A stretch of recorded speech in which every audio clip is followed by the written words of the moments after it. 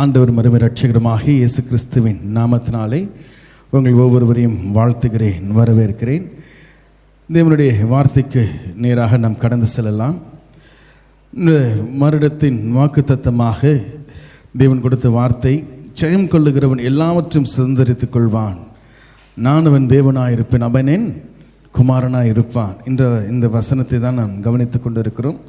கடந்த வாரத்திலே ஜெயம் கொள்ளுகிறவன் யார் என்பதையும், ஜெயம் கொள்ளுகிற காரியம் எதை நாம் ஜெயம் கொள்ள வேண்டும், யாரை நாம் ஜெயம் கொள்ள வேண்டும் என்கிற சில காரியங்களை கடந்த வாரத்திலே நாம் கவனித்து பார்த்தோம்.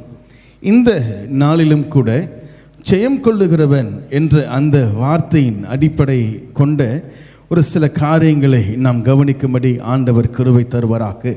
ஏன் இதை இத்தனை நாட்களாக இத்தனை நேரம் நாம் கவனிக்க வேண்டும், பார்க்க வேண்டும் என்றால், ஒரு மனிதனுடைய வாழ்க்கை முழுவதுமே இந்த வார்த்தையில் தான் அடங்கியிருக்கிறது. ஒரு கிறிஸ்தவனாக, ஆண்டவருடைய நாமத்தை அறிந்தவனாக, கிறிஸ்துவின் நாமத்தை அறிந்தவனாக சிறு வயதிலிருந்து திருச்சபைக்கு போகிறவர்கள் உண்டு. அது மாத்திரமல்ல, ரட்சிக்கப்பட்டவர்களாக 10 வயதிலோ 11 வயதிலோ அல்லது 20, 30 எத்தனையோ வயதிலோ அவர்கள் தேவனால் அறியப்பட்டு தேவன் அவர்களை தேடி வந்து அவர்களை ரட்சித்து தேவனுடைய சபைக்கு செல்லுகிறவர்கள் உண்டு. அது மாத்திரமல்ல, இந்த உலகத்தில் தேவனை அறியாத மக்களும் இந்த உலகத்தில் பல பேர் இருக்கிறார்கள். எல்லோருக்குமே இந்த வார்த்தை பொதுவான ஒரு வார்த்தை. எல்லோருக்குமே இந்த வார்த்தை எப்படியாம் அவர்களுக்கு ஏற்ற ஒரு வார்த்தை என்று நாம் கவனிக்கிறோம். காரணம் என்னவென்றால், ஜெயம் கொள்ளாமல் ஒருவனும் ஜீவ கிரீடத்தை பெற்றுக்கொள்ள முடியாது.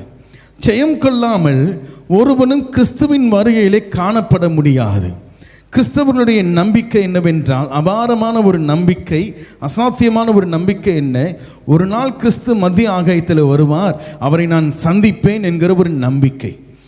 வேதத்தில் நாம் பார்க்கிறது போல, ஒருவேளை நம்முடைய மரணமோ அல்லது அவருடைய வருகையோ என்று சொல்லப்படுகிறது. காரணம் என்னவென்றால், அதுதான் நம்முடைய முடிவு.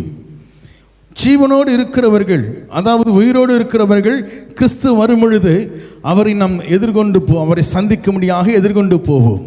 மரித்தவர்கள் வேதம் சொல்லுகிறது போல, அப்போஸ்தலனாகிய பவுல் சொல்லுகிறது போல, முதலாவது எழுந்திருப்பார்கள். கிறிஸ்துவுக்குள் மரித்தவர்கள் முதலாவது எழுந்திருப்பார்கள்.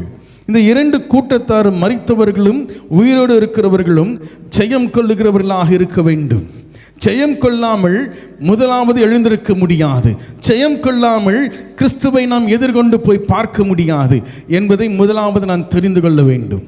இதுதான் கிறிஸ்தவத்தின் அடிப்படையே இந்த வார்த்தையில் தான், இந்த வசனத்தில் தான் அடங்கி இருக்கிறது. எத்தனையோ காரியங்களை, எத்தனையோ வசனங்களை நாம் கேட்டுக்கொண்டு இருக்கிறோம். நம்முடைய காதுகளுக்கும் நம்முடைய செவிகளுக்கும் நம்முடைய இருதயத்திற்கும் நம்முடைய சிந்தனைக்கும் ஏற்ற ஆசீர்வாதமான நன்மையான வார்த்தைகளை அநேக நாம் கேட்டுக்கொண்டு இருக்கிறோம். ஆனால் மிகவும் மிகவும் முக்கியமாக நமக்கு ஜீவனை கொடுக்கக்கூடிய நம்முடைய வாழ்க்கையை இதில் தான் அடங்கியிருக்குன்னு சொல்லுவாங்க. அந்த வார்த்தையை போல இந்த வசனத்தில் தான் நம்முடைய வாழ்க்கையை அடங்கியிருக்கிறது. எந்த கிறிஸ்தவனும் இதற்கு தப்பித்து போக முடியாது. எந்த மனிதனும் இதை செய்யாமல் தேவனுடைய சமூகத்தில் வந்து நிற்க முடியாது. ஜெயம் கொள்ளுகிறவன் எப்படிப்பட்டவனாக இருக்கிறான்? எல்லாவற்றையும் சுதந்திரித்துக் கொள்வான். எல்லாவற்றையும் சுதந்திரித்துக் கொள்வான் என்பதை வருகிற வாரங்களில் அவர்கள் கவனிப்போம். கடந்த வாரத்தில் நாம் பார்த்தது போல, ஜெயம் கொள்ளுகிறவன் என்றால் ஒரு ஒரு ஒரு அவனுக்கென்று நடக்கப்படுகிற ஒரு போட்டியிலே அவன் ஜெயிக்கிறவனாக இருக்க வேண்டும். அதாவது இன்றைக்கு நாம் பார்க்கிறப்ப ஓட்டப்பந்தயத்தில் என்னவாம், ஒரு 10 பேர் ஓடுகிறார்கள் என்றால் 9 பேரை தோற்கடித்து முதலாவது ஒருவன் என்ன செய்கிறான்? அவன் ஜெயிக்கிறான் என்று பார்க்கிறோம். முதல் பரிசை வாங்குகிறான், 2வது பரிசை வாங்குகிறார்கள், 3வது பரிசை வாங்குகிறார்கள். காரணம் என்னவென்றால், ஜெயித்த 3 பேருமே கூட இருந்த 7 பேர் என்ன செய்தார்கள்? தோற்கடித்து ஜெயித்தவர்கள் என்று பார்க்கிறோம். இன்றைக்கு நடக்கிற எத்தனையோ ஒலிம்பிக் கேம்ஸ் உண்டு, எத்தனையோ கேம் இருக்கு. ஒரு கிரிக்கெட்டை பார்த்தீங்கன்னா, ஒரு நாடு இன்னொரு நாடை தோற்கடிக்க வேண்டும். இந்த நாடு இந்தியா ஆஸ்திரேலியாவை தோற்கடிக்கலாம், ஆஸ்திரேலியா இந்தியாவை தோற்கடிக்க வேண்டும் என்கிற வெற்றி என்கிறது என்னவாம்? இன்னொருவரை, இன்னொரு கூட்டத்தை, இன்னொரு நாட்டை நாம் தோற்கடிக்கிறதிலே தான் கணிக்கப்படுகிறது இந்த உலகத்தின் வழக்கத்தின்படி. ஆனால் உண்மை நாம் ஆராய்ந்து பார்த்தோம். கடந்த வாரத்தில் பார்த்தது போல, ஜெயம் கொள்ளுகிறவன் இந்த வார்த்தை மற்றவனை ஜெயித்தவன் அல்ல, அல்லது மற்றவனை தோற்கடித்தவனும் அல்ல. அப்படி என்றால் இந்த ஜெயம் கொள்ளுகிறவன் யார் என்பதை பார்த்தோம். சக மனிதர்களை, பக்கத்தில் வீட்டில் இருக்கிறவங்களே அல்ல கூட பிறந்தவங்களே, அவனை விட நான் நல்லா இருக்கணும், இவங்களை விட நான் நல்லா இருக்கணும், இவங்களுக்கு முன்னாடி நான் வெட்கப்பட்டு போகக்கூடாது என்று நாம் என்ன செய்கிறோம்? நம்மோடு கூட இருக்கிறவர்களை ஜெயிக்கும்படியாக நாம் போராடுகிறோம். இந்த ஜெயம் கொள்ளுகிறவன் அவன் அல்ல. நம்ம கூட வேலை செய்கிறவர்களை எப்படியாவது அவங்களுக்கு முந்தி போயிடணும். என் மேனேஜருக்கு அவனை விட நான் நல்லவனா நான் காட்டணும் என்று சொல்லி பல வேலைகளை இன்றைக்கு மனுஷர்கள் செய்கிறார்கள். அதை தவறு சரி என்று நான் சொல்ல வரலை. ஆனால் ஜெயம் கொள்ளுகிறவன் என்று வேதத்தில் சொல்லப்படுகிற வெளிப்படுத்தின விசேஷம் 21:7 சொல்லப்பட்ட அந்த வார்த்தையானது இவன் அல்ல என்பதை நாம் முதலாவது தெளிவாக புரிந்து கொள்ள வேண்டும். நல்ல ஒரு வாழ்க்கை, வெற்றியுள்ள வாழ்க்கை என்றால் இன்றைக்கு இருக்கிற சமுதாயம் என்ன சொல்லுகிறது? நல்ல பணம் வச்சிருக்கணும், நல்ல வசதி இருக்கணும், நல்ல வாய்ப்பு இருக்கணும், ஒரு 2 வீடு வச்சிருக்கணும், கார் வச்சிருக்காங்க, பங்களா வச்சிருக்காங்க. அவங்கள பார்த்து ஒரு கிறிஸ்தவமே அவங்கள பார்த்து என்ன சொல்லுகிறது? ஆஹா, அவங்கள பாருங்க எவ்வளவு நல்லா இருக்கிறாங்க, ஆண்டவருக்குள்ளே வெற்றியாளர்களாக இருக்கிறார், ஜெயம் பெற்றவர்களாக இருக்கிறார்கள் என்று சொல்லுகிறார்கள். இந்த உலகம் இன்றைக்கு என்ன செய்கிறது? ஒருவனை ஜெயித்தவன் என்றால் ஒருவேளை அவனுடைய பலத்தை கொண்டு அவனை சொல்லும்.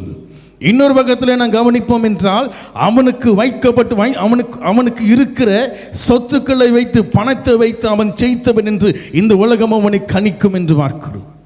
உலகத்திலே முதல் பணக்காரர், முதலிடத்தில் இருக்கிறவர் யார்? இந்தியாவில் யார்? அம்பானி என்று சொல்லுகிறார்கள், அதானி என்று சொல்லுகிறார்கள், இன்னும் பல பேர் இருக்கிறார்கள். அவர்களெல்லாம் ஜெயித்தவர்கள் பட்டியலிலே போடப்பட்டிருந்தாலும் இயேசு கிறிஸ்து சொன்ன ஜெயம் கொள்ளுகிறவன் அவர்கள் அல்ல, அப்படிப்பட்டவர்களும் அல்ல. கர்த்தருடைய பரிசுத்த நாமத்திற்கு ஸ்தோத்திரம் உண்டாவதாக. இன்னும் தாண்டி நாம் பார்ப்போம் என்றால் நம்ம கூடையே இருக்கிறவங்க, நம்ம பெற்றவங்க, நம்ம பிள்ளைகளை இன்றைக்கு என்ன செய்கிறார்கள்? அவன் என்ன செய்கிறான்?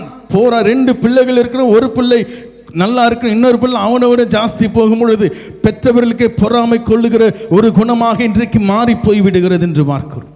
அப்பேற்பட்ட சிந்தனை உள்ளவர்களாக, தவறான எண்ணம் உள்ளவர்களாக நாம் என்ன செய்கிறோம்? இருக்கிறோம்.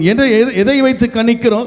அவன் நல்லா இருக்கான்பா, அவன் வசதியாக இருக்கான்பா, அவனுக்கு கல்யாணம் ஆச்சு, 1 வருஷத்தில் குழந்தை பிறந்துச்சு, அவன் நல்ல ஒரு வேலை கிடைச்சி வெளிநாட்டுக்கு போயிட்டான் என்று இன்னொரு பிள்ளைக்கு இல்லை என்றால் அது என்ன செய்கிறார்கள்? அங்கே பொறாமை கொள்கிறார்கள். பெற்றவர்களே பொறாமை கொள்ளுகிறார்கள். கர்த்தருடைய பரிசுத்த நாமத்திற்கு ஸ்தோத்திரம் உண்டாவதா. பெண் பிள்ளைகளுக்கு என்று ஒரு விதமாக நடத்துகிறது, ஆண் பிள்ளைகள் என்று ஒரு விதமாக நடத்துகிறது. எல்லாமே எதன் அடிப்படையிலே? பணத்தின் அடிப்படையில் தான் நாம் செய்கிறோம். அவர்களுக்கு இருக்கிற வசதி வாய்ப்புகளை வைத்து தான் நம்ம அதை பார்த்து கொண்டு இருக்கிறோம். ஆனால் ஜெயம் கொள்ளுகிறவன் என்று வேதம் சொல்லுகிறது அப்படிப்பட்டவர்கள் அல்ல. மனுஷனுடைய பார்வையிலே பார்க்கும் பொழுது பணம் வரை வைத்திருக்கிறார்களா, நல்ல வசதி இருக்கா, கார் வச்சிருக்கிறாங்களா, அவன் ஜெயித்தவன். ஆனால் ஜெயம் கொள்ளுகிறவன் அவன் அல்ல. கர்த்தருடைய பரிசுத்த நாமத்திற்கு ஸ்தோத்திரம் உண்டாவதா. கூட இருக்கிற பிறந்து தன்னுடைய சொந்த ரத்தத்தையே இன்றைக்கு என்ன செய்கிறார்கள்? அவன் மேலே வரக்கூடாது என்று கங்கணம் கட்டி கொண்டு தேவனுடைய சமூகத்தில் வந்து செபிக்கிற எத்தனை கிறிஸ்தவர்களை நாம் அறிந்திருக்கிறோம். அவனை காட்டிலே ஆண்டவரை என்ன மேன்மையாக வையும், அவனை காட்டிலே என் தலையை உயர்த்தும் ஆண்டவரே, சபையில் என்னுடைய தலையை உயர்த்தும் ஆண்டவரே, வீட்டில் என்னுடைய தலையை உயர்த்தும் ஆண்டவரே, ஆஃபீஸில் என்னுடைய தலையை உயர்த்தும் ஆண்டவரே என்று செபிக்கிற கிறிஸ்தவன் எத்தனை பேர் இருக்கிறான்? உபவாசம் இருந்து செபிக்கிற கிறிஸ்தவன் எத்தனை பேர் இருக்கிறான்?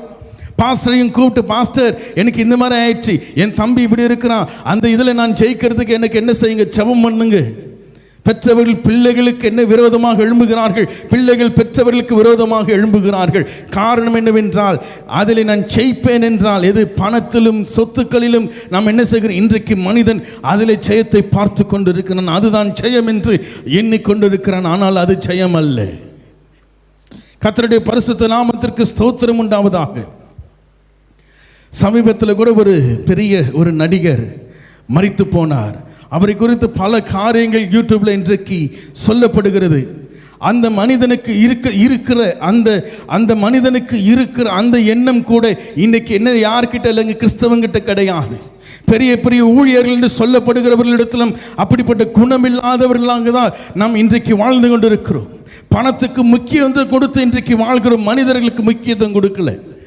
கூட சக மனிதர்கள் கூட இருக்கிறவர்களுக்கு நம் முக்கியத்துவம் கொடுக்காமல் அவனை எப்படியாவது ஜெயிச்சிடணும், அவனை எப்படியாவது தோற்கடித்து விடணும் என்ற எண்ணத்தோடு கூட நாம் இன்றைக்கு கங்கணம் கட்டி கொண்டு சுற்றி திரிந்து கொண்டிருக்கிறோம். கிறிஸ்தவன் என்ன செய்கிறான்? வெள்ளை ட்ரெஸ்ஸை போட்டுக்கொண்டு வீட்டுக்குள்ளே உட்கார்ந்து அறையில் உட்கார்ந்து அவனுக்கு விரோதமாக என்ன செய்கிறார்கள்? உபவாசம் இருந்து கூடர்களுக்கு விரோதமாக ஜெபம் பண்ணுகிறார்கள். எத்தனை பாதகத்தை செய்து கொண்டிருக்கிறோம் நாம். இன்றைக்கு இருக்கிற பணமோ இன்றைக்கு இருக்கிற சொத்துக்களோ ஒரு மனிதனோடு கூட வராது. யாரும் அவைகளை வைத்து நம்ம என்ன செய்ய முடியாதுங்க, நம்மை காப்பாற்ற முடியாது. சொத்துக்கள் இருக்கலாம், பிள்ளைகளுக்கு நாளைக்கு சேர்த்து வைக்கலாம். எவ்வளோ சேர்க்கணும்? இன்னைக்கு மனிதன் திருப்தி அற்றவனாக வாழ்ந்து கொண்டிருக்கிறான். பணம் பணம் பணம் என்று சொல்லி அதிலே என்ன செய்கிறான்? அதை வைத்து ஜெயிக்கிற காரியத்தை இன்றைக்கு கணக்கிட்டு கொண்டிருக்கிறான். அவன் ஜெயிக்கிறவன் ஜெயம் கொண்டவன் அல்ல. சாகும் பொழுது இத்தனை கோடி சொத்துக்களோடு கூட செத்தான் என்று சொல்லப்படுகிறவன் இந்த வசனத்தில் சொல்லப்பட்ட ஜெயம் கொள்ளுகிறவன் அல்ல. கர்த்தருடைய பரிசுத்த நாமத்திற்கு ஸ்தோத்திரம் உண்டாவது. அப்படி என்றால் ஒரு ஏழையா இருக்கிறானே அவனை நீங்கள் ஜெயம் கொண்டவன் என்று சொல்லுகிறீர்களா? பணமே இல்லாமல் ஒவ்வொரு நாளும் கஷ்டப்பட்டு வளர்ச்சி சாப்பிட்றானே அவனை நீங்கள் ஜெயம் கொண்டவன் என்று சொல்லுகிறீர்களா? அவனும் அல்ல. பணம் இருக்கிறவனும் பணம் இல்லாதவனும் அதை குறித்து ஆண்டவர் இங்கே ஜெயம் கொண்டவன் என்று பேசல. பலம் உள்ளவன் பலம் இல்லாதவன் என்று ஆண்டவர் இங்கே பேசல. கர்த்தருடைய பரிசுத்த நாமத்திற்கு ஸ்தோத்திரம் உண்டாவதாக. ஜெயம் கொள்ளுகிறவன் என்றால் கூட இருக்கிறவர்களை ஜெயிக்கிறவன் அல்ல. ஜெயம் கொள்ளுகிறவன் என்றால் அடுத்து நாம் பார்த்தோம், என்னன்னு பார்த்தோம்? பிசாசை ஜெயிக்கிற காரியத்தை குறித்து வேதம் நமக்கு சொல்லிக் கொடுக்கிறது. ஆனால் இந்த ஜெயம் கொண்டவன் பிசாசை ஜெயித்தவனும் அல்ல. தெளிவாக இதை குறித்து நாம் புரிந்து கொள்ள வேண்டும். ஜெயம் கொள்கிறவன் எல்லாவற்றும் சுதந்திரித்துக் கொள்வான் என்றால், ஆஹா ஆண்டவரே என் கூட இருந்தவர்களை நான் ஜெயித்துட்டேன் அல்ல. ஆஹா ஆண்டவர் எனக்கு எதிராக இருக்கக்கூடிய எனக்கு விரோதமாக செயல்படக்கூடிய பிசாசை நான் ஜெயித்து விட்டேன் என்று ஆண்டவரை நான் ஜெயம் கொண்டுவேன் என்று சொல்லி ஆண்டவர் எங்கேயும் சொல்லல. இந்த வசனம் பிசாசை ஜெயிக்கிறதை குறித்து பேசவில்லை. அப்படி என்றால் யாரை குறித்து பேசுகிறது என்று கடந்த வாரத்தில் கவனித்தது போல, ஜெயம் கொள்ள வேண்டும் என்றால் முதலாவது அந்த மனிதன் தன்னைத்தான் ஜெயிக்கிறவனாக இருக்க வேண்டும். தன்னைத்தான் ஜெயித்தவன் தான் ஜெயம் கொண்டவன். தன்னைத்தான் ஜெயித்தவன் தான் ஜெயம் கொள்ளுகிறவனாக இருக்கிறான். ஜெயம் கொண்டவன் எல்லாவற்றையும் சுதந்திரித்துக் கொள்வான் என்றால் தன்னை ஜெயித்தவன் எல்லாவற்றையும் சுதந்திரித்துக் கொள்வான். இயேசு கிறிஸ்து அதற்கு உதாரணமாக இந்த உலகத்தில் அவர் திகழ்ந்து கொண்டிருக்கிறார். நம்முடைய ஆண்டவராகிய இயேசு கிறிஸ்து கூட வாழ்ந்த சக மனிதர்களை ஜெயித்தவர் அல்ல.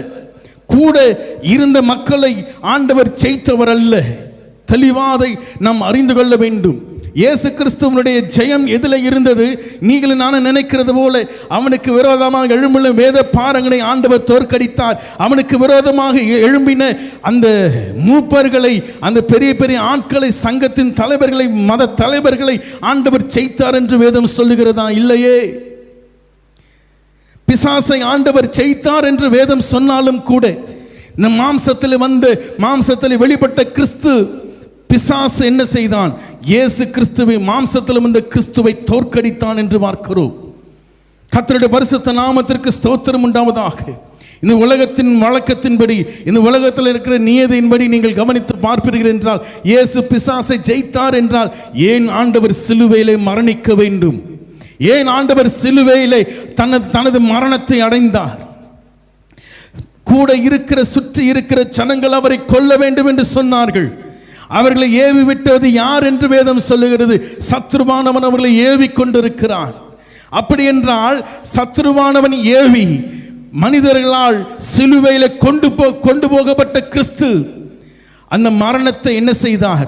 அடைந்தார் என்று பார்க்கிறோம். உலகத்தின்படி, உலக வழக்கத்தின்படி பார்க்கும் பொழுது மனிதனுக்கு முன்பாகவும் பிசாசுக்கு முன்பாகவும் சிலுவையிலே ஆண்டவராகிய இயேசு கிறிஸ்து தோற்கப்பட்டவராக தொங்கிக் கொண்டிருந்தார்.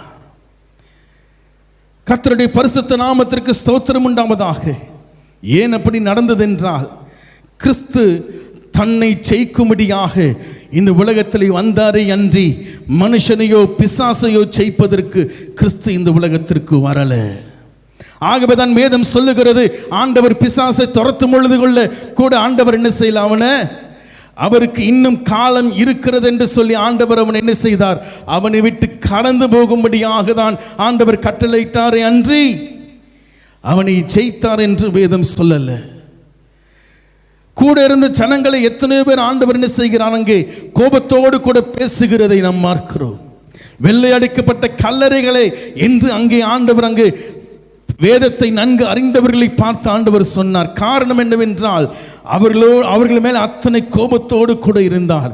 ஆனால் ஆண்டவர் அவர்கள் என்ன செய்யலை, ஒருவரையும் ஆண்டவர் அங்கே தோற்கடிக்காதபடி மாம்சத்திலே கிறிஸ்து என்ன செய்தார், வந்து தன்னை ஆண்டவர் ஜெயித்தார் என்று பார்க்கிறோம்.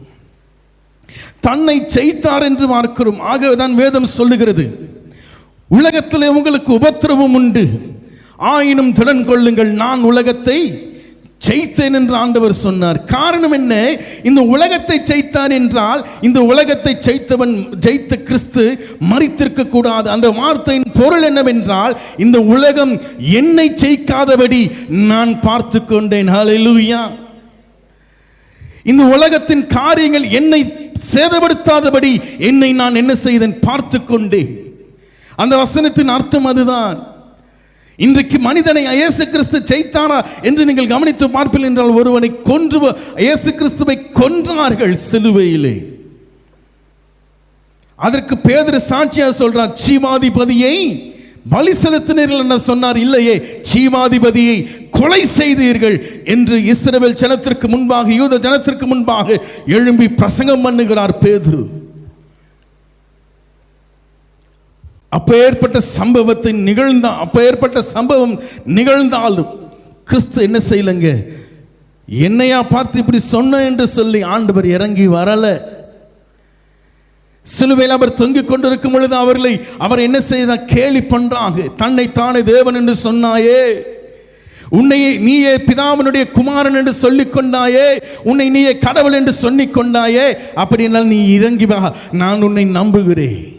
ஆண்டவர் வந்தது அதுக்கு தான், நாங்கள் பிதாவினுடைய குமாரன் என்று, மேசியா என்று, தேவனால் அனுப்பப்பட்டவர் இவர்தான், வாக்குத்தத்தம் பண்ணப்பட்டவர் இவர்தான் என்று இஸ்ரவேல் ஜனம் அறிந்து கொள்ள வேண்டும், புரிந்து கொள்ள வேண்டும் என்பதற்காக தான் கிறிஸ்து இந்த உலகத்திற்கு வந்தார் என்று வேதம் சொல்லுகிறதே. அப்போ ஆண்டவர் சிலுவையிலிருந்து இறங்கியிருப்பார் என்றால் அங்கிருந்த ஜனங்கள் எல்லாம் நம்பியிருப்பார்களே, இவர் தேவனுடைய குமாரன் என்று. அப்படி என்றால் புரிந்து கொள்ளுங்கள், கிறிஸ்து தன்னை ஜெயிக்கும்படியாக முற்பட்டாரே அன்றி மனிதனை ஜெயிப்பதற்கு ஆண்டவர் முற்படல. மனிதனுடைய வார்த்தைகளுக்கு ஆண்டவர் அங்கே என்ன செய்யல, செவி கொடுக்கல. பேதுரு திட்டும் பொழுது கூட ஆண்டவர் சொல்லுகிறார், நீ மனுஷனுக்கு ஏற்றபடி சிந்திக்கிறாய், மனுஷனுக்கு ஏற்றபடி செயல்படுகிறாய், மனுஷனுக்கு ஏற்றபடி அல்ல, தேவனுக்கு ஏற்றபடி நீ சிந்திக்க வேண்டும். கர்த்தருடைய பரிசுத்த நாமத்திற்கு ஸ்தோத்திரம் உண்டாவதாக. சிலுவையிலே கிறிஸ்து என்ன செய்தார், இந்த உலகத்தின் வழக்கத்தின்படி, உலகத்தில் இருக்கிற நியமத்தின்படி பார்க்கும் பொழுது தோற்றவராக இருந்தார். ஆனால் கிறிஸ்து தன்னை ஜெயித்தார் என்று பார்க்கிறோம். மிக மிக முக்கியமான ஒன்று, ஒவ்வொரு மனிதனும் தன்னை ஜெயிக்கிறவனாக இருக்க வேண்டும். தன்னை ஜெயிக்கிறவனாக இருக்க வேண்டும். கிறிஸ்து அதை செய்து போனார். ஆகவேதான் அவருடைய நாமத்தை எல்லா நாமத்திற்கும் மேலான நாமமாய் பிதாவாகிய தேவன் அவரை உயர்த்தினார். அதன் பின்புதான் பிசாசானவன் அவனுக்கு கீழே போனார். பிசாசானவன் அவருக்கு கீழே என்ன செய்யப்பட்டார், இறக்கப்பட்டார் என்று பார்க்கிறோம். அதற்கு பின்புதான் உலகத்தில் இருக்கிற எல்லா மனிதர்களுடைய காரியங்கள் என்ன செய்தது, அவருக்கு கீழே வந்தது என்று பார்க்கிறோம். வேதம் சொல்லுகிற எல்லா நாமத்தை காட்டிலும் மேலான நாமமாய் கிறிஸ்துவின் நாமம் இந்த உலகத்தில் உயர்த்தப்பட்டது. எப்பொழுது என்றால், கிறிஸ்து தன்னை ஜெயித்த பிறகுதான். எத்தனை எத்தனை சம்பவங்களிலே ஆண்டவர் கிறிஸ்து தன்னை ஜெயித்தார் தெரியுங்களா? வேதத்திலே நாம் கவனிக்கும் பொழுது, வேதத்தின் காரியங்களை நாம் பார்க்கும் பொழுது ஆண்டவர் சொல்லுகிறார், தன்னை ஜெயிக்கிறது என்றால் சிலுவை சுமக்கிற ஒரு அனுபவம், தன்னை ஜெயிக்கிறது என்றால் பாடுகளை சுமக்குகிறது அனுபவம். இன்றைக்கு நீங்களும் நானும் சரீரத்திலே அல்லது பணத்தின் காரியங்களிலே வருகிற பிரச்சனை தான் இன்னைக்கு சிலுவை என்று நாம் நினைத்து கொண்டிருக்கிறோம். சொத்து இல்லைங்க, எனக்கு நான் ஏழையா இருக்க, அன்னாடங்காட்சியா இருக்கிறேன், அப்படி என்று நான் நினைத்து நானே செய்கிறேன், அதுதான் என் சிலுவை என்று நினைக்கிறேன். அது சிலுவை அல்ல. சிலுவை கிறிஸ்து சுமந்த சிலுவை அது கிடையாது. சரீரத்தில் அவர் பாடுகள் அவருக்கு இருந்தாலும் கூட ஆண்டவர் என்ன செய்தார்? தன் சிலுவை அவர் சுமந்து கொண்டு போனார். கர்த்தருடைய பரிசுத்த நாமத்திற்கு ஸ்தோத்திரம் உண்டாவதாக. கிறிஸ்து சிலுவையை சுமந்து கொண்டு போனார். அது எதை காட்டுகிறது என்றால், தன்னுடைய எல்லா பாடுகளையும் அவர் சுமந்து கொண்டு போனதற்கு அது எப்படியாக இருக்கிறது என்றால் உதாரணமாக இருக்கிறது. மார்க்கு 8ஆம் அதிகாரம் 34ஆம் வசனத்தை வாசிங்களே. மார்க்கு 8ஆம் அதிகாரம் 34ஆம் வசனம் வேகமாக. ஹல்லேலூயா. ஒருவன் என்னை பின்பற்ற விரும்பினார், தன்னைத்தான் வெறுத்து தன் சிலுவை எடுத்துக்கொண்டு என்னை பின்பற்றுகிறான். அப்படி என்றால் தன்னை பின்பற்றுகிறவன் எப்படி இருக்க வேண்டுமாம்? தன்னை போலவே இருக்க வேண்டும். அப்படி என்றால் கிறிஸ்து தன்னைத்தான் வெறுத்து தன் சிலுவை எடுத்துக்கொண்டு அவர் கடந்து போனார் என்றது நமக்கு தெரிகிறது அல்லவா? ஹல்லேலூயா. கிறிஸ்து தன்னை வெறுத்தார். தன்னுடைய சுக காரியங்களை, இந்த சரீரத்தின் காரியங்களை வெறுத்தார். அவர் நினைச்சிருந்தாலும் எத்தனையோ விஷயங்களை செஞ்சிருக்கலாம். பேதுரு கூட அவரை பிடிக்க வரும் பொழுது, அந்த அந்த வனாந்தரத்தில் அவரை பிடிக்க வரும் பொழுது கூட பேதுரு என்ன செஞ்சார்? கையில் வச்சிருந்த கத்தி எடுத்து அங்கே ஒரு சேவகன் மல்கூஸ் என்று சொல்லுகிற சேவகனுடைய காதை வெட்டும் பொழுது ஆண்டவர் சொல்றார், இப்படி நீ செய்யக்கூடாது. நான் பிதாவை வேண்டிக் கொள்வேன் என்றால் லேகியோன் கணக்கான தேவ தூதர்களை அனுப்பி இந்த இடத்தை நாசம் பண்ணியிருப்பேன். ஆனால் அது என்னுடைய காரியம் அல்ல. தன் சிலுவை ஆண்டவர் சுமந்தார். 33 வருடம் ஆண்டவராக இயேசு கிறிஸ்து தன் சிலுவையை சுமந்தார். ஆண்டவர் சொல்லுகிறார், ஆகவேதான் நீங்களும் என்ன செய்ய வேண்டும்? தன்னைத்தான் வெறுக்கிறவர்களாக இருக்க வேண்டும். அதுக்காக பஞ்ச பரதேசியாக திரியுங்கள் என்று ஆண்டவர் சொல்லல. தன்னைத்தான் வெறுக்கிறது என்றால் தன்னுடைய சுயத்தை நம் அறவே நாம் என்ன செய்யணும்? கீழே டிராப் பண்ணணும். கீழே நாம் டிராப் பண்ணணும். அவன் தான் ஜெயிக்கிறவன், ஜெயம் கொண்டவன் என்று வேதம் சொல்லுகிறது. கூட இருக்கிறவங்களை ஜெயித்தவன் அல்ல. என் மனைவியை நான் எப்பொழுதும் திட்டிக் கொண்டு இருக்கிறேன். என் மனைவியை நான் எப்பொழுதும் என்ன செய்கிறேன்? அவள் எனக்கு மேலே வந்துடக்கூடாது, அவள் எனக்கு மேலே இருந்துடக்கூடாது, அல்லது என் கனவு எனக்கு மேலே இருந்துடக்கூடாது என்கிற எண்ணத்தோடு கூட நாம் போகிறோமே, அப்படிப்பட்ட ஒரு எண்ணங்கள் நமக்குள்ள இருக்கக்கூடாது. தாழ்மையுள்ள ஒரு வாழ்க்கை நிச்சயமாகவே நாம் வாழ வேண்டும். வேதம் சொல்லுகிறது, புறாவை போல கபடற்றவர்களாகியும் பாம்பை போல வினா உள்ளவர்களாகவும் இருக்க வேண்டும். தாழ்மையா இருங்கன்னா இயேசு கிறிஸ்து சொல்லிட்டாருங்க, தாழ்மையா இருக்க சொல்லிட்டாரு. அதுதான் தன்னைத்தான் வெறுக்கிற, தன்னையே தன்னுடைய காரியங்கள் தன்னுடைய சுயத்தை வெறுக்கிற காரியம் என்று தாழ்மை. எல்லாருக்கும் முன்னே ஐயா காலில் அவங்க கால் அடியில் உட்கார்ந்து இருக்கும்படி கிறிஸ்து எங்கேயும் சொல்லலை. தன்னுடைய சுய காரியத்தை, தன்னுடைய சுய விருப்பத்தை டிராப் பண்ணும்படியாக ஆண்டவர் சொல்லுகிறார். எத்தனை இடத்துல தன்னுடைய விருப்பத்தை ஆண்டவர் டிராப் பண்ணார் தெரியுங்களா? தன்னுடைய 12 வயதில் தன்னுடைய விருப்பத்தை ஆண்டவர் டிராப் பண்ணார். அந்த வசனத்தை வாசிங்களே. லூக்கா 2ஆம் அதிகாரம் 49ஆம் வசனம் 50ஆம் வசனம். லூக்கா 2ஆம் அதிகாரம் 49ஆம் வசனம் 50ஆம் வசனம். போதும். நீங்கள் ஏன் என்னை தேடினீர்கள்? நான் எங்கள் பிதாவுக்கு அடுத்தவர்களிலே நான் இருக்க வேண்டும் என்று உங்களுக்கு தெரியாதா என்று இயேசு கிறிஸ்து தன் தாயும் தன்னுடைய தகப்பனையும் பார்த்து ஆண்டவர் கேட்கிறார். இயேசு கிறிஸ்து ஒரு அந்த பண்டிகைக்கு கொண்டு போகிறாங்க எருசலேமுக்கு. போனால் கூட்டத்தில் ஆளை காணும். 3 நாள் கழித்து போய் பார்த்தா தேவாலயத்தில் உட்கார்ந்து அங்கே இருக்கிற போதர்கள் மத்தியில் உட்கார்ந்து ஆண்டவர் பேசுகிறார். பேசிக்கொண்டு இருக்கிறத பார்த்த உடனே அவருடைய பேச்சும் அவருடைய காரியங்களை பார்த்து ஆச்சரியப்படுறாங்க. ஆனால் இயேசு கிறிஸ்துவை கூட்டிட்டு வரும் பொழுது அவரிடத்துல கேட்கிறார்கள், ஏன் இப்படி செய்தீர்? எங்களுக்கு வருத்தமா ஆயிடுச்சுன்னு கொள்ளும் பொழுது ஆண்டவர் இந்த வசனத்தை சொல்றார், என் பிதாவுக்கு அடுத்தவைகளை நான் செய்ய வேண்டும், என் பிதாவின் சித்தத்தை நான் செய்கிறவனாக இருக்க வேண்டும், என் விருப்பம் அது, என்னுடைய காரியம் அது என்று ஆண்டவர் சொல்லி அதோடு ஆண்டவர் நிறுத்தி விடாதபடி அடுத்து தொடர்ந்து பேசுகிறார். வசனங்கள் 50 ம் ம்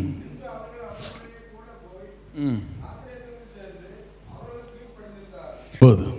அங்கே வாசிக்கிறோம், தன்னுடைய விருப்பத்தை அவர் சொன்னாலும் கூட 12 வயதில் நடக்கிற சம்பவம் இது. பிறந்த பிறகு பிறக்கும் பொழுது நடந்த சம்பவம் வேதத்தில் வாசிக்க முடியும். 12 வயதில் ஆண்டவருக்கு நடந்த சம்பவத்தை நம்மளால் வாசிக்க முடியும். அதன் பின்பு 30வது வயதில் தான் கிறிஸ்து அங்கே ஞானஸ்தானம் எடுக்கும்படியாக வரும் பொழுது நடந்த சம்பவத்தை வேதத்தில் வாசிக்க முடியும். ஏறக்குறைய 18 வருஷம் அல்லது 19 வருஷம் என்று சொல்லலாம். ஏறக்குறைய 18-19 வருஷங்கள் இயேசு கிறிஸ்து என்ன செய்தாராம்? பிதாவின் காரியத்தை செய்ய வேண்டும் என்பது அவருடைய விருப்பம். பிதாவினுடைய காரியத்தை அவருடைய விருப்பத்தை நிறைவேற்ற வேண்டும் என்பது அவருடைய விருப்பம். ஆனால் தன்னுடைய விருப்பத்தை டிராப் பண்றார். வேதம் சொல்லுகிறது, நாசரேத் என்ற ஊருக்கு போய் அவர்களுக்கு அவர் கீழ்ப்படிந்திருந்தார். எத்தனை வருஷம்? 19 வருடங்கள் ஆண்டவர் தன் தாய் தகப்பனுக்கு கீழ்ப்படிந்து வாழ்ந்தார் என்று பார்க்கிறோம். ஹல்லேலூயா. கர்த்தருடைய பரிசுத்த நாமத்திற்கு ஸ்தோத்திரம் உண்டாவதாக. இன்றைக்கு நீங்களும் நானும் என்ன செய்கிறோம்? கீழ்ப்படிதல் என்கிறது நம் தேவனிடத்தில் போய் கற்றுக்கொள்ள வேண்டும். அவர் தெய்வம் அப்படிப்பட்டவனாக இருக்கிறாரே, அவர் கீழ்ப்படுகிறது எவ்வளோ சாத்தியம் என்று சொல்லலாம். நீங்கள் ஒருவேளை நினைக்கலாம், அவர் கடவுளாச்சே, நம்மளால் எப்படி முடியும்? அதெல்லாம் கடவுள் என்கிறவரே அப்படி செய்ய முடியுது. நீங்களும் நானும் மாம்சமானவர்கள், மண்ணுக்குரியவர்கள், ஒன்றுக்கும் உதவாதவர்கள். நீங்களும் நானும் அதற்கும் கீழே போய் விழுந்தாலும் தவறு கிடையாது. ஆனால் அந்த எண்ணம் நமக்குள்ளே வராது. இன்றைக்கு பிள்ளைகள் பெற்றவங்களுடைய பேச்சை கேட்கிறதே கிடையாது. சிறு பிள்ளைகள், குழந்தைகளிலிருந்து அதை ஆரம்பிக்கிறது. நீ என்ன சொல்றது, நான் என்ன செய்கிறது, உனக்கும் எனக்கும் என்ன என்று சொல்லி கேட்கிறது போல, நீ யார் என்ன கேட்கிறதற்கு, வாய் மூடு என்று இன்றைக்கு பிள்ளைகள் சொல்லுகிறார்கள். நீ பேசுறது எனக்கு அருவருப்பாக இருக்கிறது என்று சொல்லுகிறார்கள். பிள்ளைகள் பெற்றவர்களுக்கு கீழ்ப்படியாமல் இருந்திருக்கிறார்கள். ஆனால் இயேசு கிறிஸ்து 12 வயதிலே தனது விருப்பத்தை என்ன செய்தார்? டிராப் பண்றார். கொஞ்ச நாள், எத்தனை 19 வருடம் ஆண்டவர் என்ன செய்தார்? தங்களுடைய தாய்க்கும் தகப்பனுக்கும் அவர் கீழ்ப்படிந்தார். அப்படிதாங்க போட்டிருக்கு வசனம். அப்படிதானே? 50 வசனம் திருப்பி வாசிங்களே. 50 போதும். அவர்களுக்கு கீழ்ப்படிந்திருந்தார். 30வது வயதில் தான் ஆண்டவர் அதன் பின்பு ஞானஸ்தானம் எடுக்கும்படி வெளியே வரார். வேதம் ஒரு விஷயத்தை மறைக்கிறது என்றால் காரணம் இல்லாமல் மறைக்காது. கிறிஸ்து அதன் பின்பு அவர்கள் பெற்றவர்கள் மனம் நோக அவர் வாழலை. ஹல்லேலூயா. தம்முடைய பெற்றவர்களுக்கு ஆண்டவர் கீழ்ப்படிந்து வாழ்ந்தார். அதுதாங்க அவர் தெய்வமாக இருந்தும், அவர் தெய்வத்தின் சொரூபமாக இருந்தும், அவர் தேவனுக்கு சமமாக இருக்கிற அப்படிப்பட்ட ஒரு விஷயத்தில் அவர் இருந்தும் தேவனுக்கு சமமாக இருப்பதை வேதம் சொல்கிறது. கொள்ளையாடின பொருளாக எண்ணாமல், கொள்ளையாடின பொருளாக எண்ணாமல். இன்னைக்கு ஒரு சாதாரண கவுன்சிலர் தெரிஞ்சாலே, எம்எல்ஏ தெரிஞ்சாலே நம்ம என்ன குதிக்கிறோம். இவர் எனக்கு தெரியுங்க, இவர் என் ஃப்ரெண்டு தான், எங்க பக்கத்து வீடு தான். ஆனால் அவங்க அடிக்கிற ஆட்டம் இருக்கிறது. ஆனால் இயேசு கிறிஸ்து தேவனுடைய ரூபமாயிருந்தும் தேவனுக்கு சமமாயிருப்பதை அவர் என்ன செய்யல? கொள்ளையாடின பொருளாக எண்ணாமல் அடிமையின் ரூபம் எடுத்து மனுஷ சாயலானார். ஹல்லேலூயா. பிலிப்பியர் 2ஆம் அதிகாரம் 6ஆம் வசனத்தில் அதை குறித்து வாசிக்க வேண்டாம். நம்முடைய ஆண்டவராகிய இயேசு கிறிஸ்து என்ன செய்தார்? தன் சிலுவையை சுமந்து போனார். ஆகவேதான் சொல்றாரு, எவனாவது என்னை பின்பற்றுன்னு நினைக்கிறியா, உன் சிலுவை நீ கொண்டு வா. என் சிலுவை உனக்கு தேவையில்லை, உன் சிலுவை தான் உனக்கு தேவை. உனக்கு இருக்கிற சிலுவை. இன்னைக்கு நாம் நினைக்கிறோம், நம்ம ஆண்டவர் சொல்லிட்டாரே, எல்லா சிலுவை எல்லாவற்றையும் நான் சுமந்துட்டேன், நீ சுமக்க தேவையில்லை. பாடல் கூட இருக்கிறது, இயேசு சுமந்து கொண்டாரே, நான் சுமக்க தேவையில்லை, இயேசு சுமந்து கொண்டாரே, நான் சுமக்க தேவையில்லை. பாடல் உண்டு. ஆனால் நீங்களும் நானும் சுமக்க வேண்டிய சிலுவை ஒன்று உண்டு. தன் சிலுவை சுமக்காதவன் கிறிஸ்துவுக்கு பாத்திரன் அல்ல. தன் சிலுவை சுமக்காதவன் கிறிஸ்துவை நேசிக்கிறவனும் அல்ல, கிறிஸ்துவை பின்பற்றுகிறவனும் அல்ல. கிறிஸ்து தன் சிலுவையை சுமந்தார். சிறு வயதிலே அவர் என்ன செய்தார்?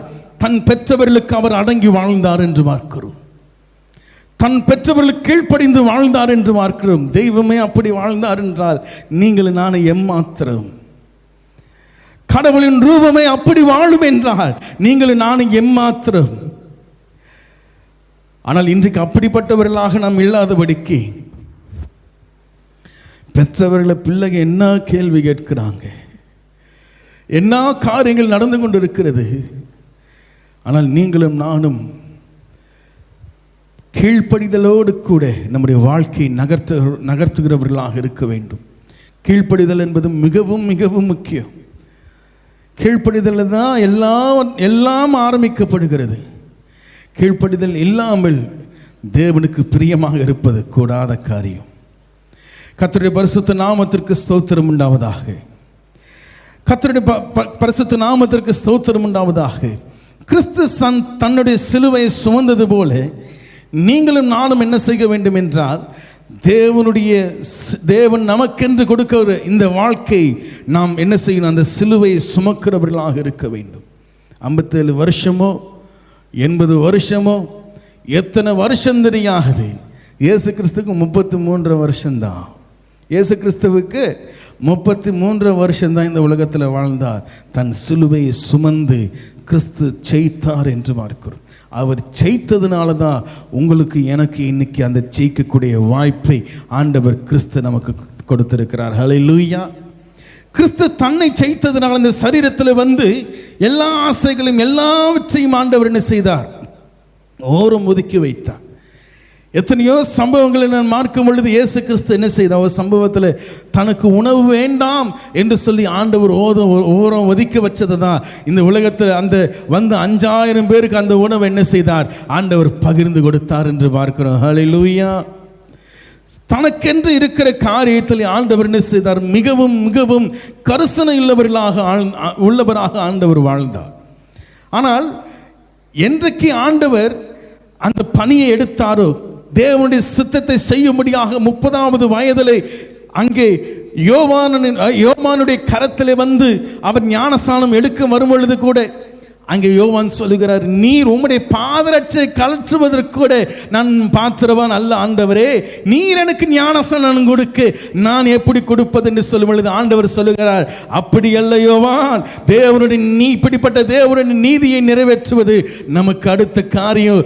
ஆகவே இதற்கு நீ இடம் கொடு. உண்மையாக கடவுள் என்று சொல்லும் பொழுது, தெய்வம் என்று சொல்லும் பொழுது, தெய்வத்தின் ரூபம் என்று சொல்லும் பொழுது யோவானுக்கு கிறிஸ்து தான் ஞானஸ்நானம் கொடுத்திருக்கணும். இயேசு கிறிஸ்து தான் ஞானஸ்நானத்தை கொடுத்திருக்கணும், ஆரம்பிச்சிருக்கணும். ஆனால் கிறிஸ்து அதை செய்யாதபடிக்கு என்ன செய்தார்? தன் சிலுவை ஆண்டவர் சுமந்தார். என்ன செஞ்சார்? இறங்கி போறார் மனுஷனுக்கும் கீழே. கர்த்தருடைய பரிசுத்த நாமத்திற்கு ஸ்தோத்திரம் உண்டாவதாக. எத்தனையாய் தன்னை ஆண்டவர் என்ன செய்தார்? தாழ்த்தினார் என்பதை ஒவ்வொரு சம்பவத்திலும் நீங்களும் நானும் பார்க்க முடியும். ஆனால் இன்னைக்கு நாம் அப்படி இருக்க முடியாதே. மனுஷனுடைய எண்ணங்கள், மனுஷனுடைய காரியங்களை பார்க்கும் பொழுது நீ யார் நான் யார் என்று சொல்லி என்ன செய்கிறோம்? மமதையோடு கூட, பெருமையோடு கூட, அகங்காரத்தோடு கூட இன்றைக்கு ஒவ்வொரு மனிதனும் வாழ்ந்து கொண்டிருக்கிறான். மற்றவனை ஜெயிக்கிறத விடுப்பா, மற்றவனை ஜெயிக்கிற காரியத்தை நீ பார்க்காது. முதலாவது உன்னை ஜெயிக்கிறதை நீ பார். உனக்குரிய காரியத்தை நீ கவனித்து பார். ஆண்டவர் சொல்ற, ஒரு கண்ணத்தை அரைஞ்ச மறு கண்ணத்தை காட்டுன்னு சொல்றாரு. நீ பேதையா இருக்கும்படியா ஆண்டவர் சொல்லல. வெள்ளந்தியா இருந்து இந்த உலகத்தில் நீ வாழ்ந்து ஆட்டணும் என்று சொல்லல. அவங்க ஏமாத்துவாங்க, நீ ஏமாறிக்கொண்டே இரு என்று தெய்வம் சொல்லல.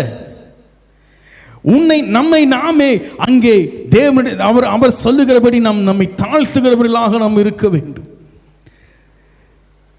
அப்படிப்பட்ட ஒரு எண்ணத்தோடு கூட தான் கிறிஸ்தவ வாழ்க்கையை நீங்களும் நானும் என்ன செய்யணுங்க? நடத்துகிறவர்களாக இருக்கணும். நம்மை நாமே ஜெயிக்கிறதுக்கு நம்மால முடியல.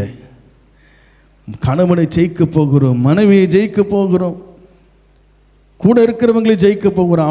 அவங்கள மட்டுப்படுத்திட்டா நமக்கு வர சந்தோஷம் இருக்கு. அப்பாடா எவ்வளோ சந்தோஷம். எத்தனை கொடூரம் உள்ளவர்கள் என்பதை நீங்கள் கவனித்து பாருங்கள். நம்ம கூட இருக்கிறவங்களே அப்படி நினைக்கிறோம், நம்ம மற்றவனை என்ன நினைக்க மாட்டோம். மற்ற நாட்டில் இருக்கிறோம், நம்ம என்ன நினைக்க மாட்டோம். இன்றைக்கு ஒவ்வொரு தேசமும் ஒவ்வொரு நாடும் ஒருவருக்கொருவர் விரோதமாக எழும்பிக் கொண்டிருக்கிறது. காரணம் இல்லை, நான் நான் நான் நான் என்று சொல்லி என்னுடைய வல்லமைகள், என்னுடைய காரியங்களை குறித்து என்ன செய்கிறார்கள்? ஒவ்வொன்றாக மனிதன் இன்றைக்கு வெளிக்காட்டிக் கொண்டே இருக்கிறார். ஆனால் தெய்வம், நம்முடைய ஆண்டவராகிய இயேசு கிறிஸ்து அதை செய்யலை. தன் சிலுவை ஆண்டவர் எடுத்துக்கொண்டார். என்ன சிலுவை தெரியுங்களா?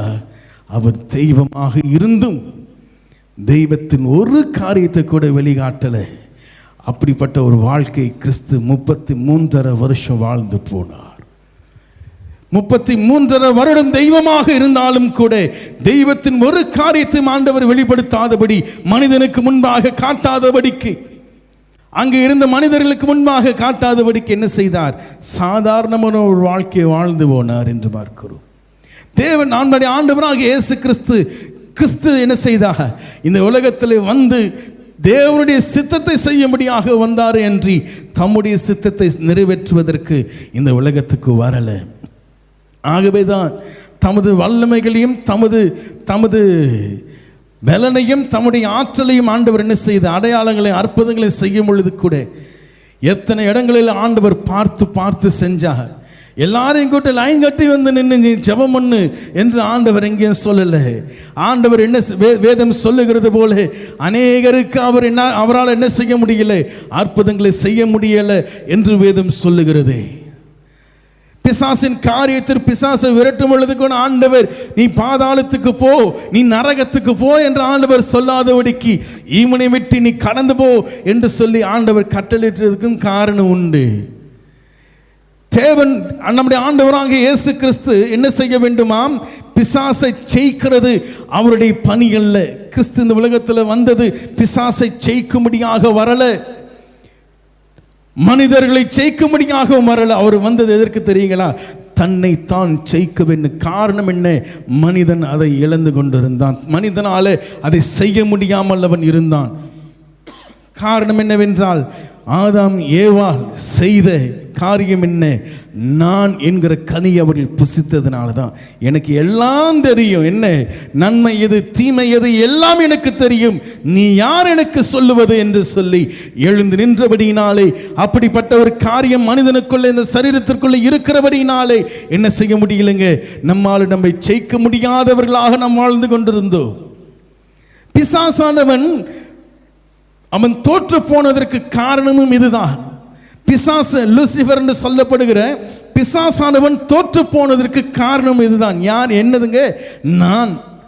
தன்னை அவன் ஜெயிக்காதவனாக சுற்றி இருக்கிற ஜனங்களை ஜெயித்தான், சுற்றி இருக்கிற நாடுகளை உழைத்து போட்டான். வேதத்தில் அது குறித்து வாசிக்கும் பொழுது என்ன சொல்லப்படுகிறது? அவன் வாழ்ந்த அந்த தேசத்தை, அந்த நாட்டை, அந்த பூமி என்ன செய்தானா? ஒன்றுமில்லாமல் இல்பொருளாக அவன் மாற்றினான் என்று பார்க்கிறோம். ஒரே புகைக்காடாக அந்த இடத்தை நாசப்படுத்தினவன் என்று வேதம் சொல்லுகிறது. மனிதர்கள் வாழ முடியாத வரைக்கும் ஒவ்வொருவனையும் அவன் என்ன செய்தான்? அழித்து போட்டான் என்று சொல்லப்படும். எதனாலே? நான் என்கிற அகங்காரத்தினாலே அவன் அப்படி செய்தபடினால ஆண்டவர் அவனை என்ன செய்தார்? விழ தள்ளினார் என்று வேதம் சொல்லுகிறது. அதே தவறை ஆதாம் செய்தான், அதே தவறை ஏவாள் செய்தபடினாலே. ஆனால் என்னவாம்?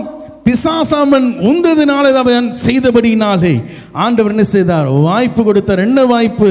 உன்னால செய்ய முடியாது, உன்னால 10 கட்டளை உன்னால என்ன செய்ய முடியாது, அதை பின்பற்ற முடியாது, பிரமாணங்களை உன்னால பின்பற்ற முடியாது, பலிகளை உன்னால செலுத்த முடியாது, காணிக்கைகளை உன்னால செலுத்த முடியாது. அதற்கு பதிலாக நான் வந்து அவைகளை செய்கிறேன் என்று நம்முடைய ஆண்டவராக இயேசு கிறிஸ்து இந்த உலகத்தில் வந்து செய்து போனார்.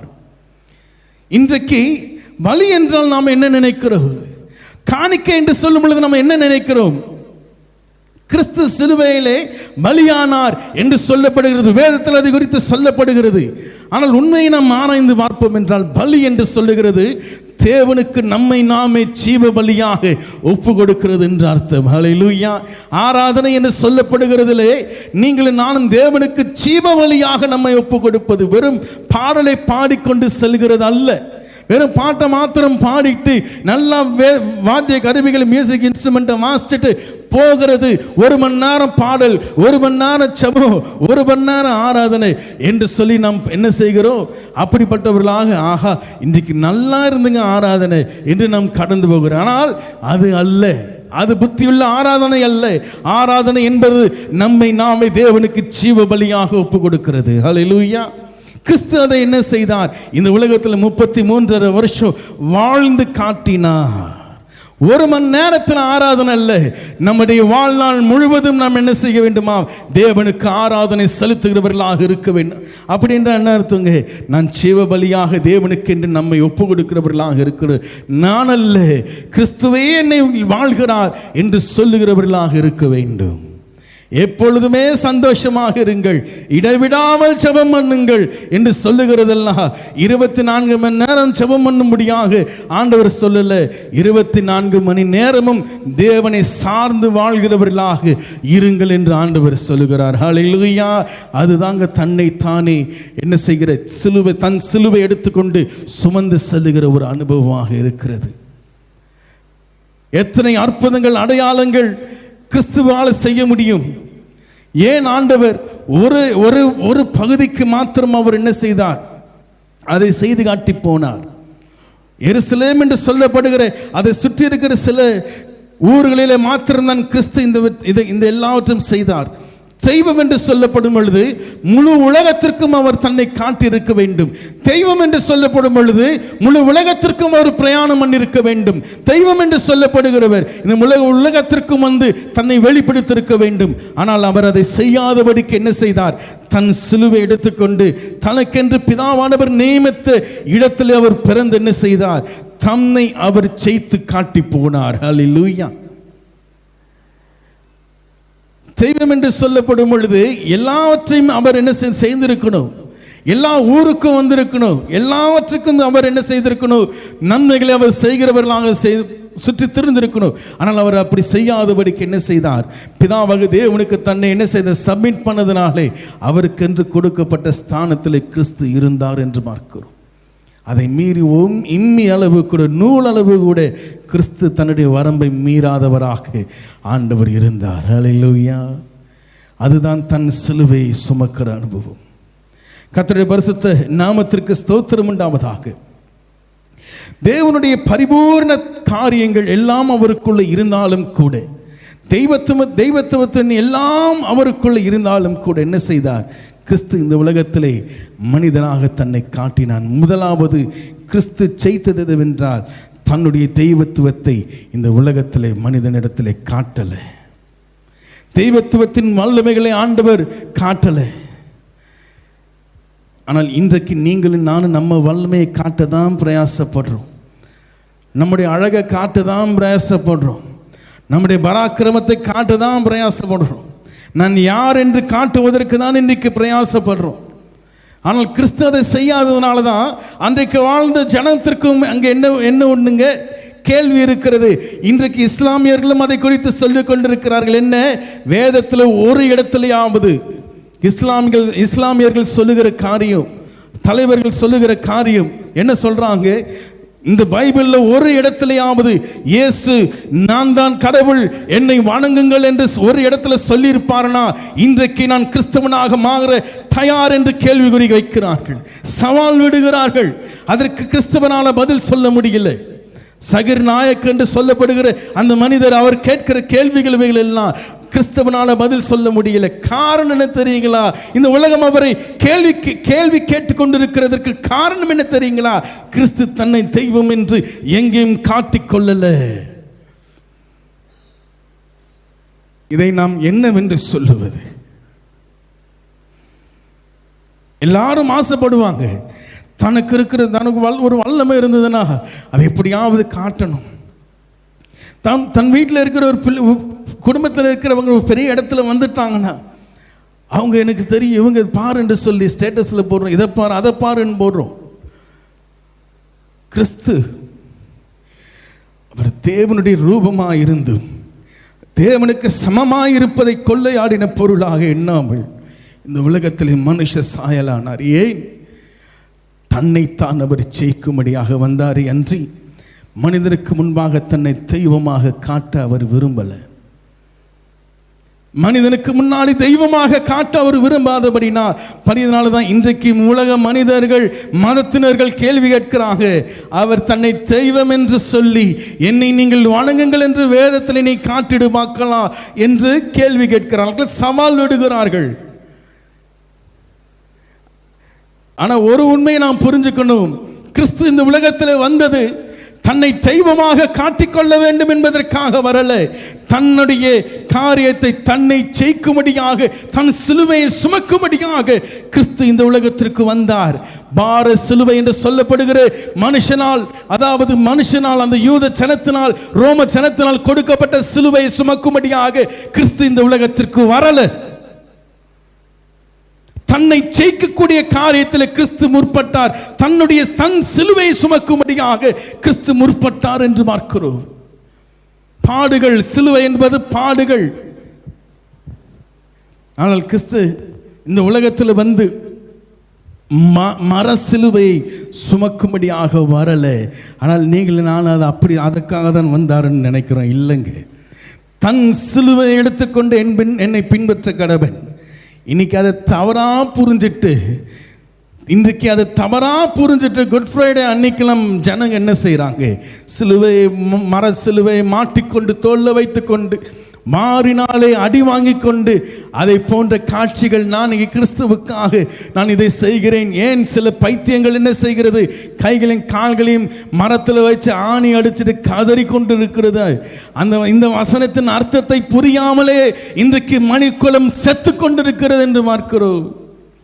தன் சிலுவை எடுத்துக்கொண்டு என்றால் மர சிலுவை ஆண்டவர் சுமக்க சொல்லல. அவர் மர சிலுவை சுமக்கும்படியாக வரல, தன்னை ஜெயிக்கும்படியாக கிறிஸ்து இந்த உலகத்திற்கு வந்தார். ஜெயித்தும் காட்டினார். அதை தான் நீங்கள் நானும் என்ன செய்யணுங்க? பின்பற்ற வேண்டும். அதை தான் நீங்களும் நானும் பின்பற்றுகிறவர்களாக இருக்க வேண்டும். தன் சிலுவை முதலாவது கிறிஸ்து சுமந்தபடியினால்தான் முதலாவது ஆண்டவர் தன்னை தெய்வமாக வெளிக்காட்டிக் கொள்ளவில்லை. ஆனால் வெளிக்காட்டிக் கொள்ளல, சரி. தீர்க்க தரிசன ஆகமங்களையும் பிரமாணங்களையும் பலிகளின் மோசையின் ஆகமங்களையும் படித்த இஸ்ரவேல் ஜனம், யூத ஜனம் வந்தவர் மேசியா என்பதை அறிந்திருக்க வேண்டும். ஆனால் அவர்கள் அறியாமல் போனார்கள். அது வேற சப்ஜெக்ட், வேற விஷயம் அது. ஆனால் கிறிஸ்து இந்த உலகத்தில் வந்து தன்னை தெய்வமாக காட்டிக்கொள்ளும்படியாக வரல, அவர் காட்டிக்கொள்ளவும் இல்லை. இன்றைக்கு உலகம் அவரை கேள்வி கேட்கிறது. உங்களை என்னையும் பார்த்து, கிறிஸ்தவனை பார்த்து கேள்வி கேட்கிறது. அவர்களுக்கு நாம் பதில் சொல்ல திணறுகிறோம். ஆமாயா, அப்படிதான் போ என்று சொல்லி நாம் சொல்லிவிட வேண்டும். அவர்களுக்கு நான் பதில் சொல்ல வேண்டும் என்ற அவசியம் இல்லை. ஆனால் கிறிஸ்து ஏன் அப்படி செய்யவில்லை என்பதை, தன்னை காட்டிக்கொள்ளவில்லை என்பதை நீங்கள் நானும் புரிந்து கொண்டு, வேதத்தின் அடிப்படையிலே, சரித்திரத்தின் அடிப்படையிலே கிறிஸ்து தேவனுடைய குமாரன் என்பதை நீங்கள் நானும் உறுதியாக கொண்டிருக்க வேண்டும். ஹல்லேலூயா. இந்த செய்தி எத்தனை பேருக்கு ஆழமாக பதிகிறது என்று தெரியலனா இதை யூடியூப்ல போடும் பொழுது திரும்பி கேளுங்கள், கேட்டு பாருங்கள். கிறிஸ்து என்ன செய்தார்? தன்னை ஜெயிக்கும்படியாக இந்த உலகத்திற்கு வந்தார். ஆகவேதான் பிசாசானவனும் ஏவி மனுஷனால் அவரை சிலுவையில் கொன்று போனாலும் கூட ஆண்டவராக இயேசு கிறிஸ்து சொல்லுகிறார், என் சித்தத்தின்படி அல்ல, என் சித்தத்தின்படி அல்ல ஆண்டவரே, உம்முடைய சித்தம் என்னவோ அதன்படியே ஆகட்டும் என்று சொல்லி மனிதனுக்கு தன்னை ஒப்பு கொடுத்தார் என்று பார்க்கிறோம். வேதத்தில் ஆண்டவர் அழகாக ஒரு வார்த்தை சொல்லுவார், நான் அனுமதி கூறாமல், நான் அனுமதிக்காமல் உன்னை என்னை தொடுவதற்கு அதிகாரம் இல்லை என்று ஆண்டவர் சொல்லுவார். அப்படின்னா என்ன அர்த்தம்? ஆண்டவர் தன்னை ஒப்பு கொடுத்துட்டார் என்ற அர்த்தம். சிலுவையில் கொன்றார்கள் என்றால் ஆண்டவர் அந்த நியாய சங்கத்தில் நிற்க முடிந்த வார்த்தை சொல்லுவார், நீ என்னை சிலுவையில் ஏற்றுவதற்கு உனக்கு அதிகாரம் இல்லை, பரத்திலிருந்து வராமல் நீ என்னை தொட முடியாது என்று சொல்லுவார். ஆனால் பரத்திலிருந்து அனுமதி வந்த பிறகு தன்னை அவர் என்ன செய்தார்? ஒப்பு கொடுத்தார். இதற்கு சிலுவை சுமந்து தமது மரணத்தை அவர் அடையும்படியாக கிறிஸ்து ஒப்பு கொடுத்தார் என்று பார்க்கிறோம்.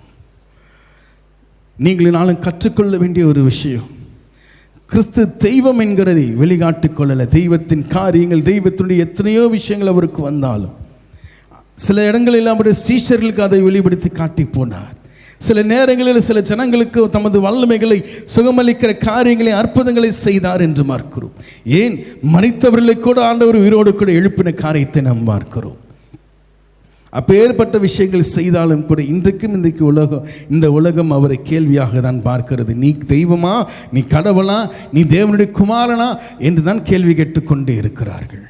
ஆனால் நீங்களும் நானும் தேவனை சரிவர புரிந்து கொண்டு வேதத்தின் அடிப்படையிலே, சத்தியத்தின் அடிப்படையிலே, தீர்க்க தரிசன ஆகமங்களின் அடிப்படையிலே, சரித்திரத்தின் அடிப்படையிலே நாம் பார்க்கும் பொழுது கிறிஸ்து தேவனுடைய குமாரன் என்பதை ஆண்டவர் நிரூபித்து போயிருக்கிறார். அதை நீங்களும் நானும் முழு நிச்சயமாய் நம்ப வேண்டும்.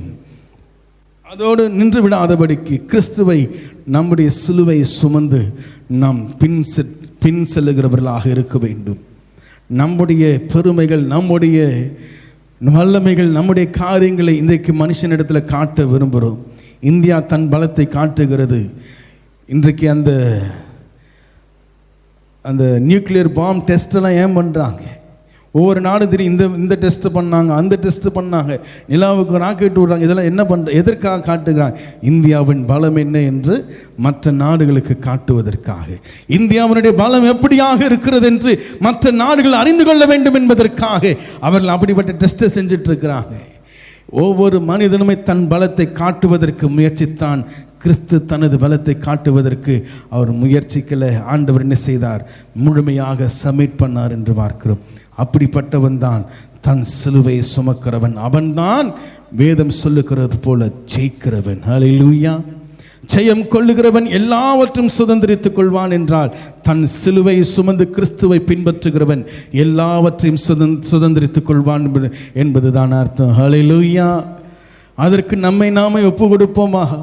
இன்னைக்கு நம்ம கூட இருக்கிறவங்க மேலே போகணும் என்று ஆசைப்படாதபடிக்கு, ஆண்டவரே நீர் எனக்கு கொடுத்திருக்கிறவர்கள் போதும் என்கிற மனதை எனக்கு தாங்க. ஹல்லேலூயா. என்னோடு கூட இருக்கிறவர்களை நான் முந்தி அடிக்க வேண்டும். அவங்க பிள்ளை நல்லா வடிக்குது, இந்த பிள்ளை என் பிள்ளை நல்லா வடிக்க மாட்டேங்கிறது சொல்லி இந்த பிள்ளையை பாடுபடுத்தி என்ன செய்கிற, ரொம்ப கஷ்டப்படுத்தி நீ அவங்களுக்கு மேலே வரமாட்டேன்னு சொல்லி பிள்ளையை அறன்னு அரைஞ்சு என்ன செய்கிறோம்? இன்னைக்கு எப்படியாவது முன்னாடி வான்னு முயற்சி செய்கிறோம். அப்படி உனக்கு தேவையா நீ செய், உனக்கு தேவையில்லையா செய்யாத. மற்றவனை பார்த்து நீ எதையும் செய்வதற்கு நீ போகக்கூடாது. இது உலகத்தின் காரியமும் இதுதான், தெய்வம் நமக்கு சொல்லுகிற சட்டமும் அதுதான். தன் சிலுவை நாம் சுமக்க வேண்டும்.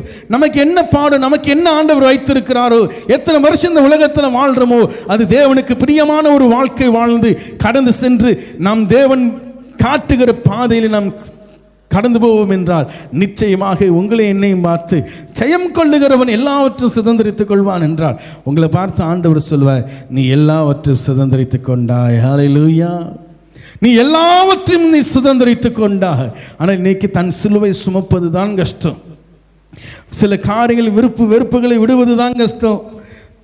நமக்கு இது செய்யணும்னு ஆசையாக இருக்கும், இது பண்ணணும்னு ஆசையாக இருக்கும். ஆனால் வீட்டில் இருக்க இப்போ தேவையில்லை, ஒரு மாதம் பொறுத்துக்காங்க, 2 மாதம் பொறுத்துங்க, எல்லாரும் 1 வருஷம் பொறுத்து அப்புறம் பார்க்கலாம் என்று சொன்னாலும் அது விடுவதற்கு நம் முயற்சி. சின்ன சின்ன விஷயங்களிலே நாம் என்ன செய்கிறோம்?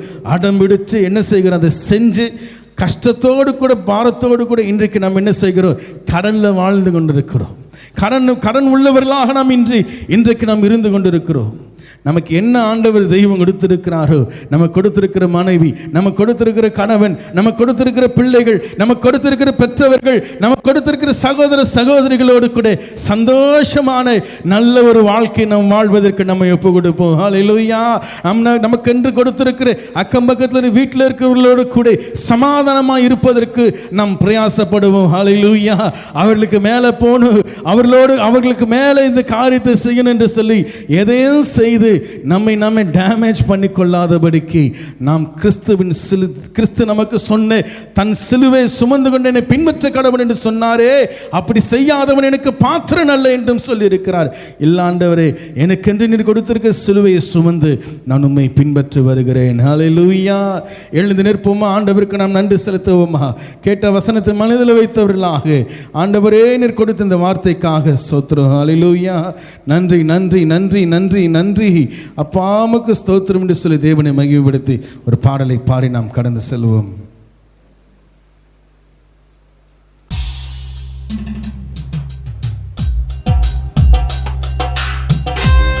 தட்டி பாடு.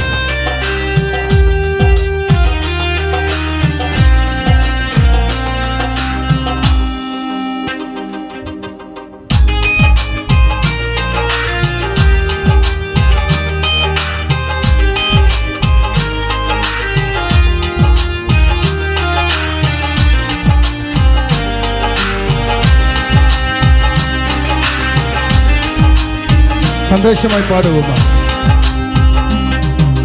சிலுவை சுமந்தராய் சீஷனாகுவோம், சிலுவை சுமந்தராய் சீஷனாகுவோம், சிந்தை வாழ்விலும் தாழ்மை தரிப்போம், நிந்தை சுமப்பேனும் சந்தோஷம் கொள்வோம், சிந்தை வாழ்விலும் தாழ்மை தரிப்போம், நிந்தை சுமப்பேனும் சந்தோஷம் கொள்வோம். இயேசு தாங்குவார், அவரே சுமப்பார், ஒரு போதும் கைவிடவே மாட்டார். இயேசு தாங்குவார், அவரே சுமப்பார், ஒரு போதும் கைவிடவே மாட்டார். அல்லேலூயா அல்லேலூயா அல்லேலூயா அல்லேலூயா சொல்லுவோம். அல்லேலூயா